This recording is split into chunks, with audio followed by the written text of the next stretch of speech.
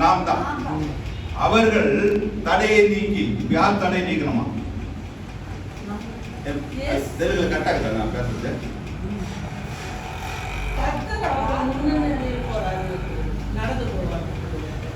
நல்லா கவனிங்க, நல்ல புரிஞ்சு அதுதான் வசனத்தை புரிஞ்சுக்கணும். தடைகளை நீக்கி போடுகிறவர் அவர்களுக்கு முன்பாக நடந்து போகிறார்.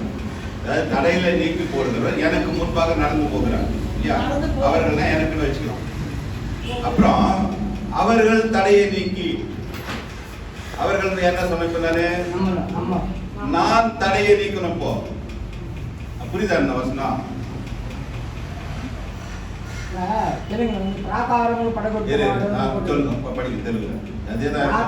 పడగొట్టువాడు వారికి ముందుగా పోవணும். ప్రాకారమున కాంపౌండ్, அதுக்கப்புறமா வாசல் இருக்குதுல்ல,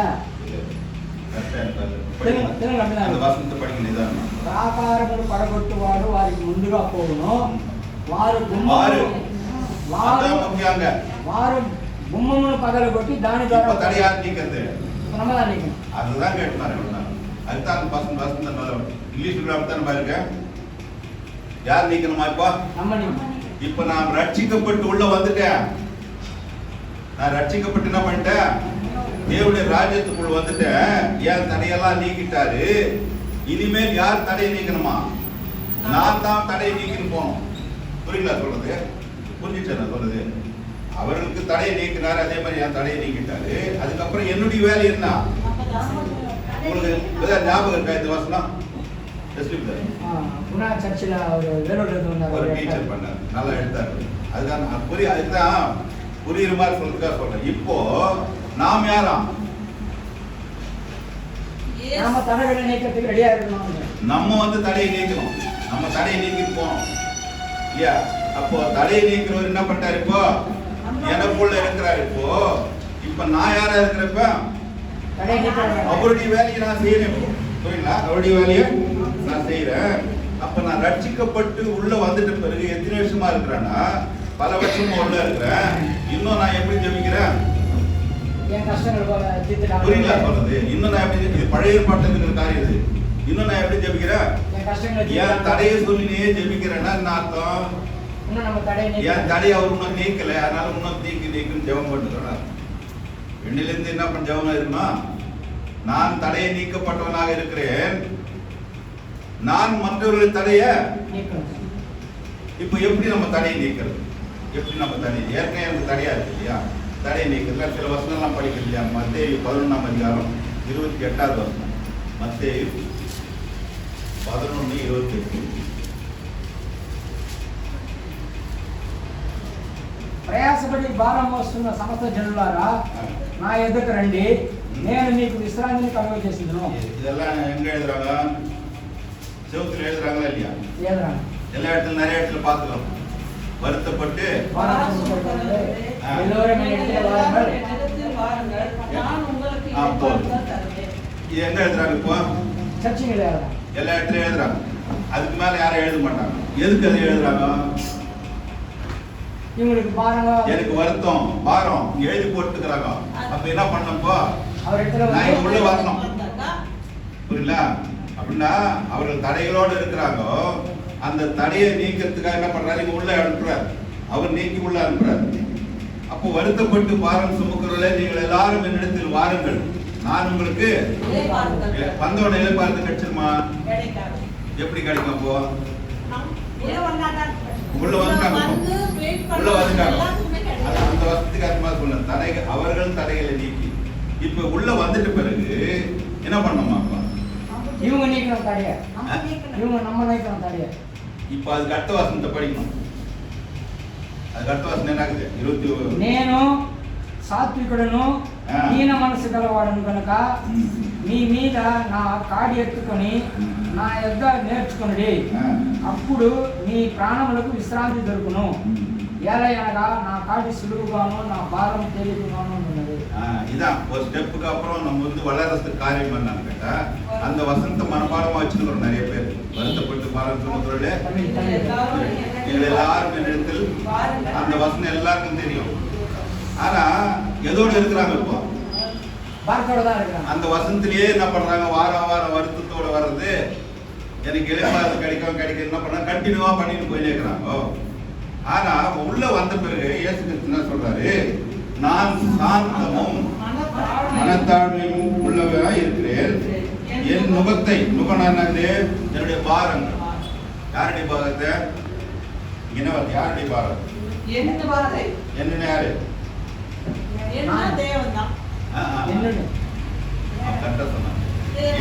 பேசுறாரு. இப்போ வசனத்தை ரொம்ப ஜாக்கிரதையா படிக்கணும், அப்பதான் நமக்கு புரியும்.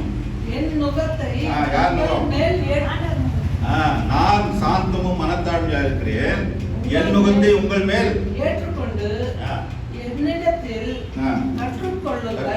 அப்போ என்ன பண்ணணும்? ஒரு நிமிஷம், பாரமா யார் உள்ள வந்துக்கிறாங்க? இப்ப என்ன சொல்றாரு இவரு? ஏற்கனவே பாரமா உள்ள வந்துட்டாங்க, வருத்தப்பட்டு பாரத்தோட உள்ள வந்துட்டாங்க. வந்த பிறகு என்ன சொல்றாரு, ஏன் பாரத்தை நீ ஏத்துக்கொள்றாரு. புரியுங்களா? அப்போ பாரம் சொல்லும் போது முதல்ல வந்த பாரம் வேற, இவர் சொல்ற பாரம் வேற. என்னன்னு கேட்டா, சாந்தமும் மனத்தாழ்மையும் உள்ளவா இருக்கிறேன், இந்த பாரத்தை நீ ஏத்துக்கணும்னாக்கா என்னிடத்தில் கற்றுக்கொள்ளுங்கள், அப்பொழுது ஆத்மாவுக்கு. அடுத்தது அவருடைய நுகம் எப்படி இருக்குமா? மெதுவாய் இருக்கும், ரொம்ப லேசா இருக்கும் இல்லையா? என் சுமை இலகுவாய் இருக்கும். அப்போ இந்த சுமை வேற, அந்த சுமை வேற. அப்ப அது என்ன சுமைனா, உலக பாரங்கள், பேசுறதுல வருத்தம், கஷ்டம், இந்த மாதிரி பாரங்களோடு உள்ள வந்த பிறகு அந்த பாரங்களை, அந்த தடைகளை நீக்கிறது எங்கன்னு கேட்டா, இயேசு கிறிஸ்துனுடைய பாரத்தை நான் ஏற்றுக்கொள்ளும் போது, அவருடைய பாரம் என்ன இருக்குதுங்க? சாந்தமும் மனத்தாழ்மையும். அந்த அன்பு ஏற்றுக்கொள்ளும் போது இந்த பாரங்கள் நீங்குகிறது. புரியல? இந்த பாரம் நீங்குகிறது. அதான் அந்த மீகால சொல்லும் போது, தடைகளை நீக்கிறவர்களுக்கு முன்னாடி போயிட்டு தடையை நீக்கிட்டாரு. இப்போ என் வேலை என்ன? மற்றவர்களுக்கு தடையை நீக்கணும்னா இருக்கிறோம். அதான் கிறிஸ்துவம். இப்ப நம்மளாம் உள்ள வந்துட்ட பிறகு இயேசு கிறிஸ்துவனுடைய அந்த விதிமுறைகளை நம்ம ஏற்றுக்கணும். தேவனுடைய ராஜ்யத்துக்குள்ள வரும்போது அந்த சட்டத்திட்டங்கள் நிறைய இருக்கு. அதை ஏத்துக்கினாதான் அவருடைய இளைப்பாறுதலுக்குள்ள நம்ம போக முடியும்.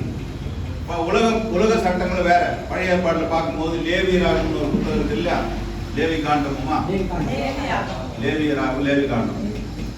அந்த புத்தகத்துல வந்து நிறைய சட்டங்கள் கொடுக்கப்பட்டிருக்கு. என்ன சட்டங்குது? இப்போ மற்ற மதத்துல இருக்கு பாருங்க, சட்டங்கள் எல்லாம் அதுதான் இருக்குது. பெண்களுக்கு தீட்டு அங்கதான் இருக்குது. ஒருத்த வந்து டெத்து சாகுக்கு போயிட்டு வந்தான்னு என்ன பண்ணக்கூடாதவன் இருக்குதா இல்லையா? உலகத்துல இந்த தீட்டுகள்லாம் எது இருக்குதா? லேவி ராகத்துல இருக்குது, இல்லைன்னு சொல்ல.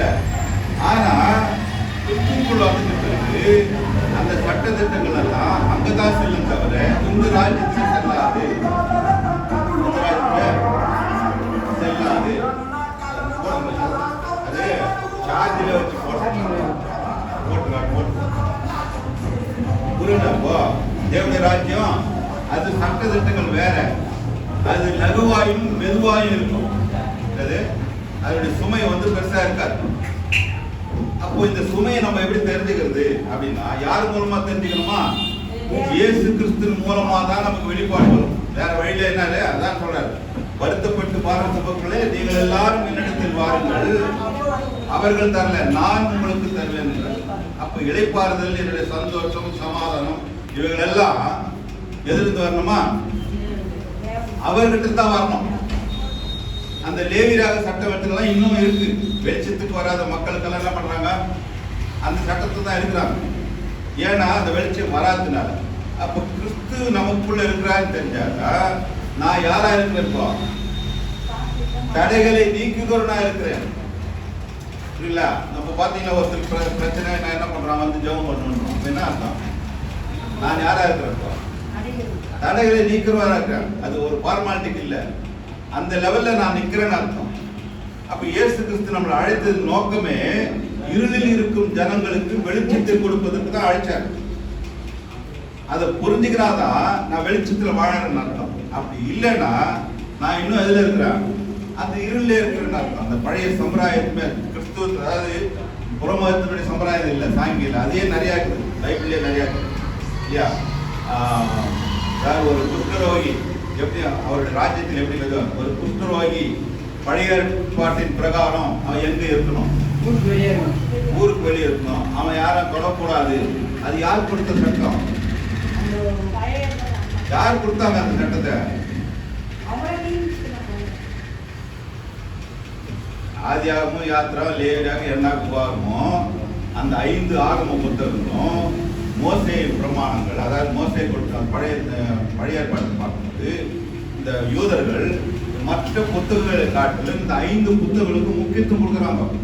ஏன்னா நேரடியாக தேவன் மோசேக்கு சொன்னது. நேரடியாக தேவன் மோசேக்கு சொன்னது. மற்ற புத்தகங்கள் எல்லாம் ஆவியானவரால் ஏவப்பட்டு எழுதுனது. புரியுங்களா? அதனால இதுக்கு காட்டுல என்ன பண்ணுவாங்க? அந்த 5 புத்தகம். அப்போ அந்த சட்டம் சொன்ன இல்லையா, குஷ்டரோகி என்ன பண்ணக்கூடாது? ஊருக்குள்ள இருக்கணும். யார் கொடுத்த சட்டம் அது?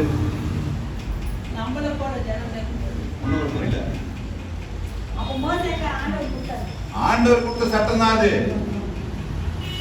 நீ லேவியா நம்ம யாரும் படிக்க தரோம் போய் ஒரு பிணத்தை தொட்டுட்டாங்க என்ன பண்ணக்கூடாது? அவன் அவனுக்கு அவன் போய் என்ன பண்ணணும்? சுத்திகரிச்சுட்டு வரணும். இதெல்லாம் யாரும் கொடுத்தது சட்டம்? தேவன் தான் கொடுத்தார் சட்டம். இந்த சட்டங்கள் எல்லாம் எப்படி இருக்குதா?